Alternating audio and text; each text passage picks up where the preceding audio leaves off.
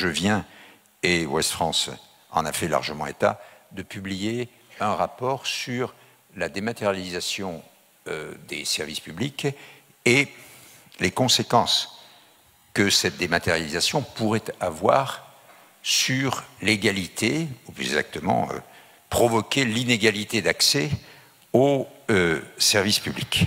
Et cette question est une question que nous évoquons depuis très longtemps, puisque je l'ai citée depuis au moins 3 ou 4 rapports d'activité annuels, parce qu'elle résulte de tout ce que nous voyons. Beaucoup de nos délégués du Défenseur des droits, des 500 délégués du Défenseur des droits qui sont répartis partout en métropole et outre-mer, reçoivent des personnes qui en réalité viennent les voir parce que ces personnes ont une sorte d'accès coupé ou difficile aux services publics. Et l'exemple qu'a cité Jean-Christophe Lagarde il y a un instant est tout à fait typique, je dirais qu'il résume notre rapport.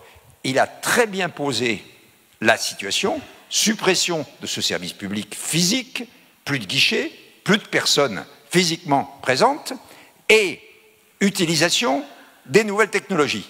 Mais, le rapport le dit, et tout le monde le dit aujourd'hui, le CREDOC et tout le monde, 20 à 25% des personnes sont dans l'impossibilité, impossibilité parce que par exemple ils sont dans une zone blanche ou grise, ou dans une très grande difficulté pour des tas de raisons, de précarité en particulier, de vulnérabilité, de pouvoir accéder de cette manière-là, numérisée, aux services. Et on se trouve dans la situation que Jean-Christophe a décrite, c'est que pour que le service public de la caisse d'assurance maladie, c'est vrai pour la vieillesse, c'est vrai pour les allocations familiales, c'est vrai pour l'emploi, c'est vrai pour les impôts, c'est vrai pour plein d'autres services, il faut qu'on tienne la main au sens propre du mot de cette personne pour qu'elle puisse accéder. Et donc, ça veut dire qu'aujourd'hui, exactement, ça veut dire qu'il y a des gens qui ne peuvent plus faire valoir leurs droits aujourd'hui. Une nouvelle catégorie de personnes. Tous les journaux, et vous avez cité le fameux exemple de ce monsieur qui a été rayé par Pôle emploi parce qu'on lui a donné 2 rendez-vous par 2 mails qui lui ont été envoyés successivement. Le problème, c'est qu'il était dans une zone blanche, donc que les mails ne sont jamais arrivés, et qu'un jour, il s'est rendu compte qu'il ne recevait plus ses prestations. C'est la même chose que la dame retraitée, dont nous avons parlé, auprès de la caisse vieillesse. Elle remplit, au moment où c'était le moment, elle remplit son compte pénibilité. Elle met ses points pénibilité. Elle se trompe, mais ça rentre dans la machine. Et la caisse vieillesse lui dit « Ah madame, c'est dans la machine, on ne peut plus revenir en arrière parce que c'est irréversible. Notre programme est irréversible. » Et le Défenseur des droits a été obligé d'intervenir pour que la caisse accepte de rouvrir le dossier. Donc, c'est clair que pour répondre à ces questions, qui, bien entendu, et M.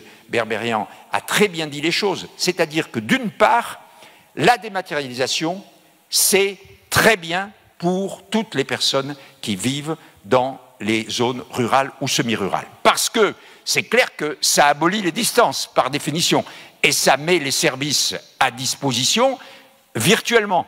Mais encore faut-il y accéder. C'est pour ça que l'autre côté des choses, on dit, on va supprimer des humains, mais les nouvelles technologies vont abolir les distances. Eh bien, moi je dis qu'aujourd'hui, on supprime les humains, mais on crée une nouvelle distance. Et la nouvelle distance, c'est celle où 1/4 ou 1/5 de la population n'aura plus accès à égalité aux services publics. Et c'est ça là. Et donc, dans notre rapport, nous disons tout le bien qu'on peut penser de la dématérialisation, tout ce qu'elle peut apporter, et notamment des informations innombrables, un accès aux services publics, c'est vrai. Et de l'autre côté, tous les inconvénients.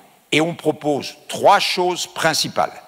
La première, Jean-Christophe l'a très bien dit il y a un instant, il faut toujours, quand on fait une opération de numérisation d'une démarche administrative, maintenir, en tout cas pendant une période transitoire, maintenir un autre canal d'accès en papier ou par téléphone, parce que le téléphone est un instrument qui est de plus en plus raréfié par les services publics, parce que ça veut dire que il y a des employés, ça coûte cher, bon.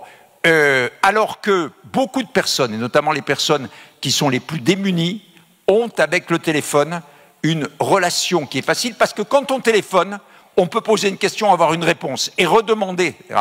Car c'est une des grandes difficultés. La démarche en ligne, elle est comme un chemin dont vous ne pouvez pas vous écarter. Si à un moment, vous ne comprenez pas ce qu'on vous demande de cocher, eh bien, il n'y a personne pour vous dire ça veut dire ça ou ça veut dire ça. Et le problème du langage administratif est une grande difficulté qui est accrue par la numérisation. Donc, premièrement, alternative. Et nous proposons, nous, que la loi le prévoit. C'est-à-dire qu'on oblige tous les services publics à prévoir des alternatives. Le deuxième élément, et qu'il faudrait également inclure dans la loi Confiance avec l'administration ESSOC, là, qui a été récemment votée, il y a quelques dispositions qui vont dans ce sens, mais qui sont insuffisantes. Il faudrait prévoir dans la loi un accompagnement. Ce que, de manière improvisée, la Caisse d'assurance maladie à Drancy a fait en venant s'adresser à la mairie, il faut le prévoir systématiquement. Mais naturellement, ça veut dire, et M. Berberian l'a très bien dit, il faut des financements. Il faut que, sur les économies qui sont procurées par la numérisation, on consacre une proportion à financer l'accompagnement des personnes qui sont en difficulté. Et je crois que ça pourrait très bien se faire. Les finances l'ont fait pour la déclaration d'impôts par Internet, parce que par définition, c'était leur intérêt pour pouvoir récupérer les impôts. Et aujourd'hui, vous avez énormément, par exemple, de personnes âgées qui recourent à la déclaration par Internet, tout simplement parce que les finances ont mis un système d'assistance très efficace pour le faire. On a bien compris votre message et vos propositions. Est-ce que ça veut dire qu'on va trop vite dans la réduction de la dépense publique? Oui. J'ai employé l'expression que la numérisation est faite à marche forcée. Marche forcée, vous savez, c'est une image qui est facile à comprendre. Il y a une colonne de gens qui marchent comme ça, on doit aller à un endroit, et puis on y va le plus vite possible. Mais il y a beaucoup de gens qui sont fatigués, qui sont malades. Ils tombent au bord du chemin pendant que les autres continuent à avancer. Ce qu'on fait actuellement, c'est ça. C'est-à-dire qu'on est en train de faire un vrai progrès.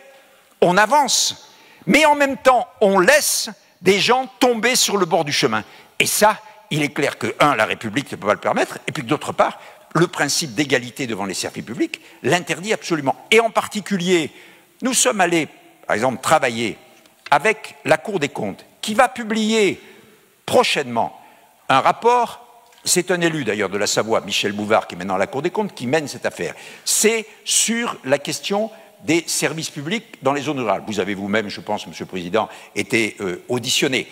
Eh bien, nous avons mis en valeur comment, en fait, on se trouvait avec cette situation où les distances, la ruralité, la faible densité de population, le recul des services publics créent la situation qui a été dite tout à l'heure, sur laquelle je ne reviens pas, et la dématérialisation est à la fois une solution, mais en même temps, elle crée un problème pour une partie de la population.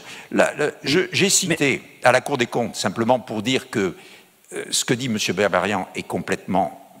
Moi, je suis une autorité indépendante, je n'ai pas d'opinion politique, ni d'engagement de quoi que ce soit. Je dis simplement les choses. Haute-Pyrénées, Saint-Laurent-de-Nest, magnifique centre des impôts, il y a 2 ans. On l'installe, on l'inaugure et tout. 15 mois après, le même service dit « Non, non, ça ne marche pas », il le ferme. Voilà. Okay. Merci, je vous arrête.